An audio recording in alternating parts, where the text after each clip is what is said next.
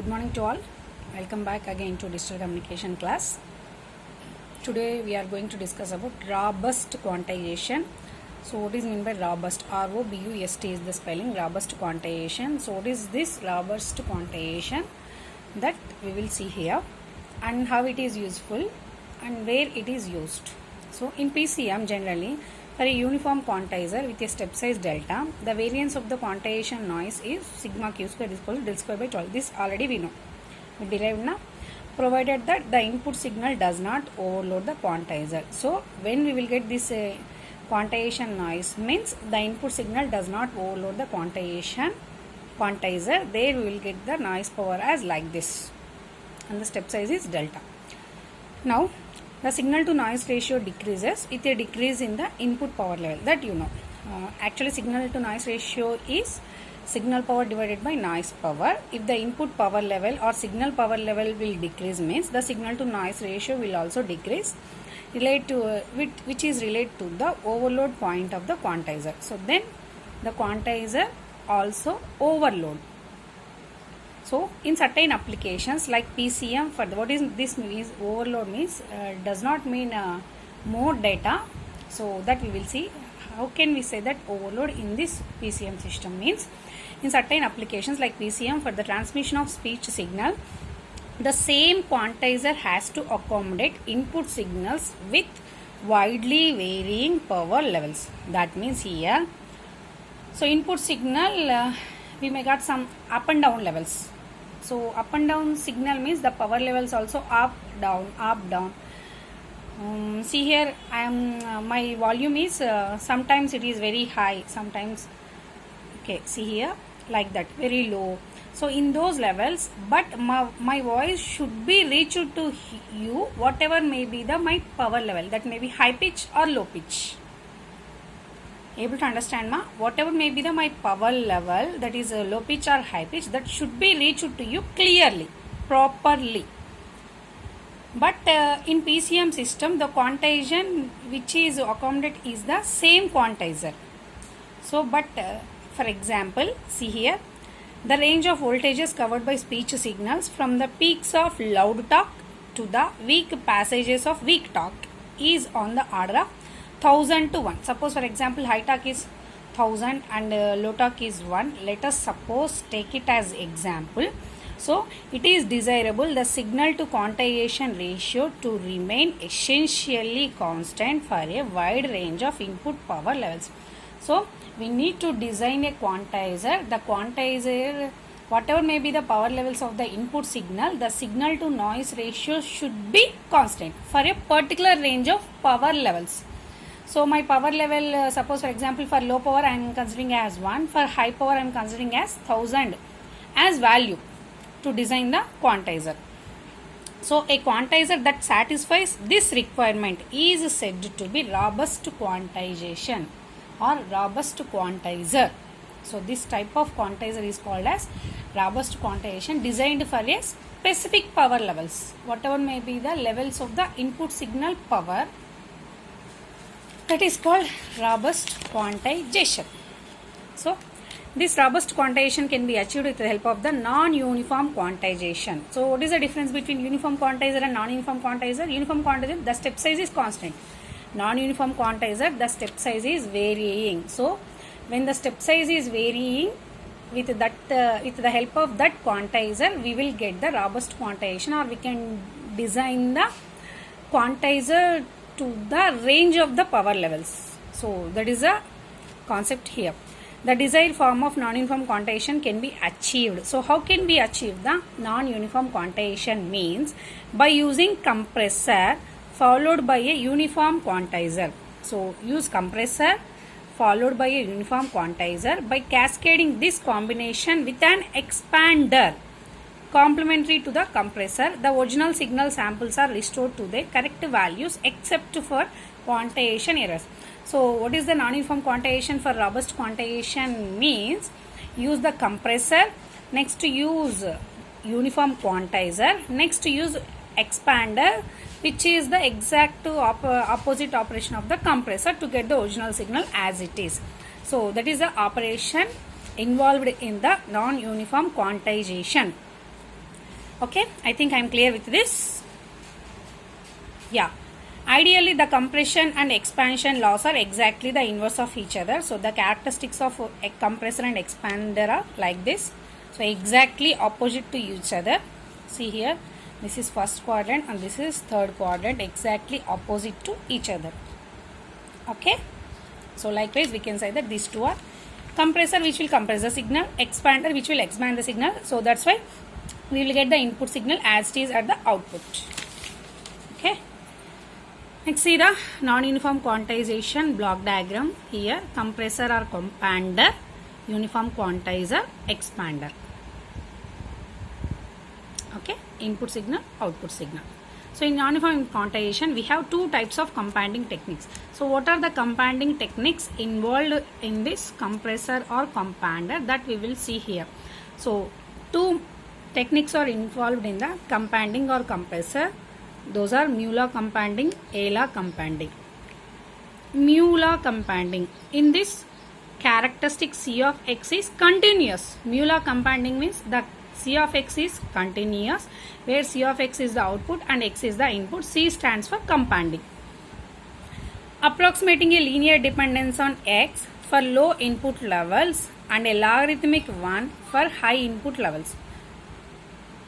So, linear depends on X for low input levels. So, here the X is linear dependence for low input values and the X is logarithmic one for high input levels. In that way, we will approximate this companding, mu law companding. So, how it is means, see the expression C of mod X by X max is equals to natural logarithm of this expression mu here and natural logarithm of 1 plus mu here. So, where this will exist means 0 less than or equals to mod X by X max less than or equals to 1. We go through this expression. This is important for external exams. So many times they asked what are the companding techniques. You please explain them. Likewise they asked, so important for external exams. A practical value for mu is 255. So what is the mu practical value? This is important for competitive exams. Okay. I think I am clear with this mu law companding, just expression and how the C of X will form. So we will draw the characteristics also, you don't worry about that. Now here A law companding, in this the compressor characteristics C of X is piecewise. So there it is linear and here it is piecewise, made up of a linear segment for low input levels and a logarithmic segment for high input levels.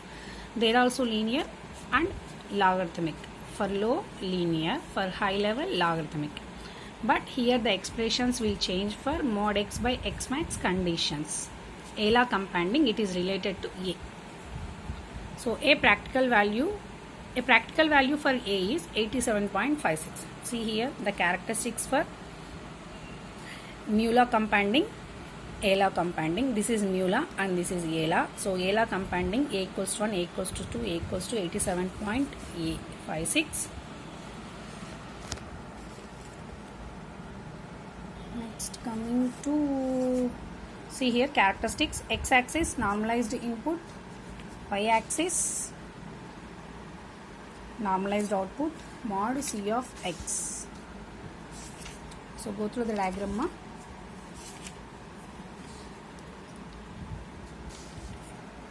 So here mu is equals to 0 and mu equals to 5 and mu equals to 255.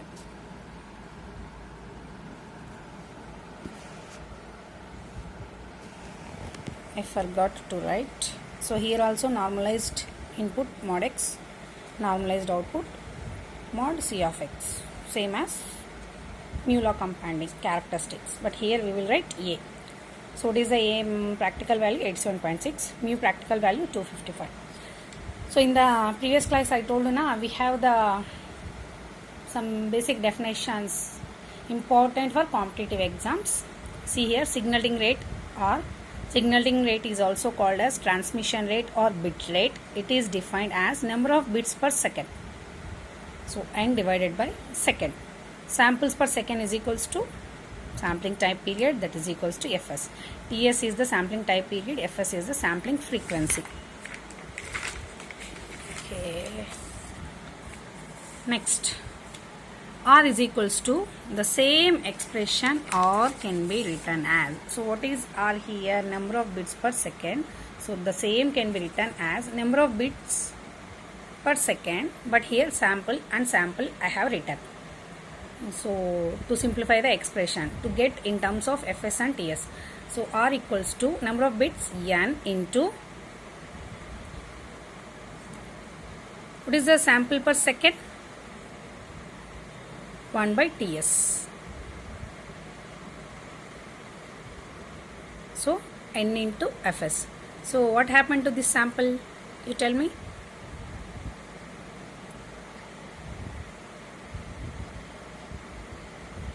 Number of bits per sample is equal to n.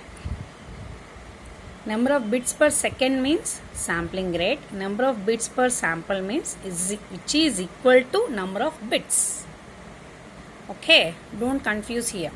Now this can be written as R equals to n into Fs. Here n means how many bits are used in quantizer, n bit quantizer. For PCM we will use n bit quantizer.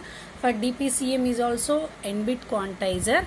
For DM we will use 1 bit quantizer. That is the difference between these three. Okay, that's why you will get the expression for sampling rate of DM as R equals to Fs, sampling frequency. But for PCM, here I am talking about PCM.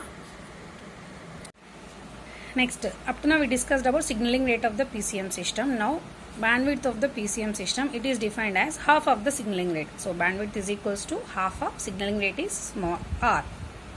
That is equals to half into R is equals to n into Fs. So always Fs is greater than or equals to Fm in PCM na. That's why substitute in place of Fs to Fm, then bandwidth is equals to n into Fm.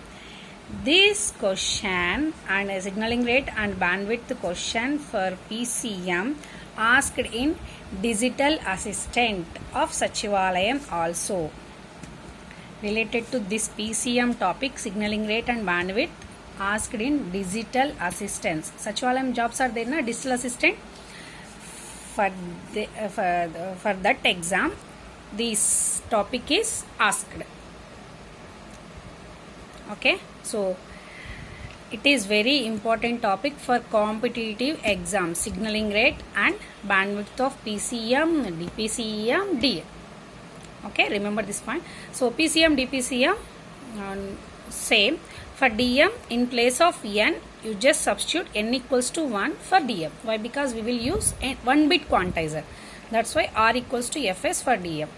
Okay guys, I think I am clear with this. Okay, so we will go to the next topic.